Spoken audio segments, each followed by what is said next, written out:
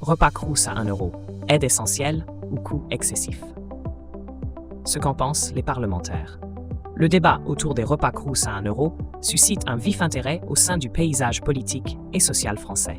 Instaurée pour soutenir les étudiants en situation de précarité, cette mesure soulève aujourd'hui des questions cruciales concernant son impact réel et sa viabilité à long terme.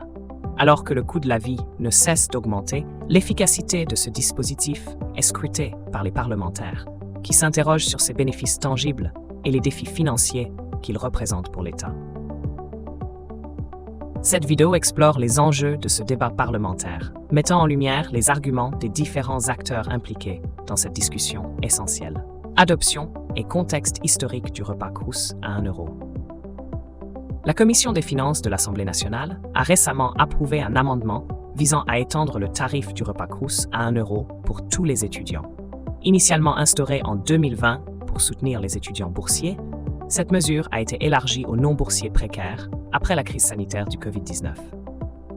L'amendement actuel, proposé par le groupe écologiste et social, pourrait coûter 90 millions d'euros annuellement. Mais sa mise en œuvre dépendra de l'approbation finale du projet de loi de finances. Cette initiative reflète une réponse continue aux défis économiques auxquels font face les étudiants, exacerbés par la pandémie. Débat parlementaire. Opposition et soutien.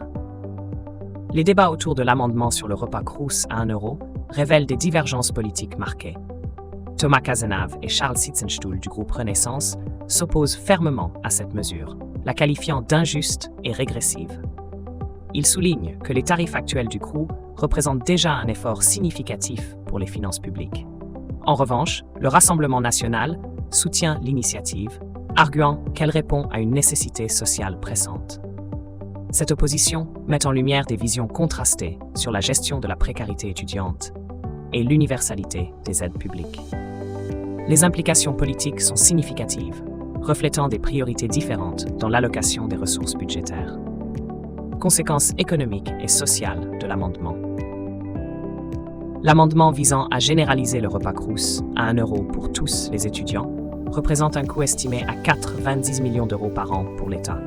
Ses partisans soulignent son importance face à la précarité croissante des étudiants, où 1 sur 2 saute régulièrement des repas.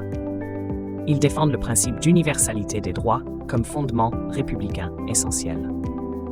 Cependant, des alternatives existent, telles que la proposition de Marie Messmer, qui envisage une allocation d'autonomie universelle pour un budget de 400 millions d'euros.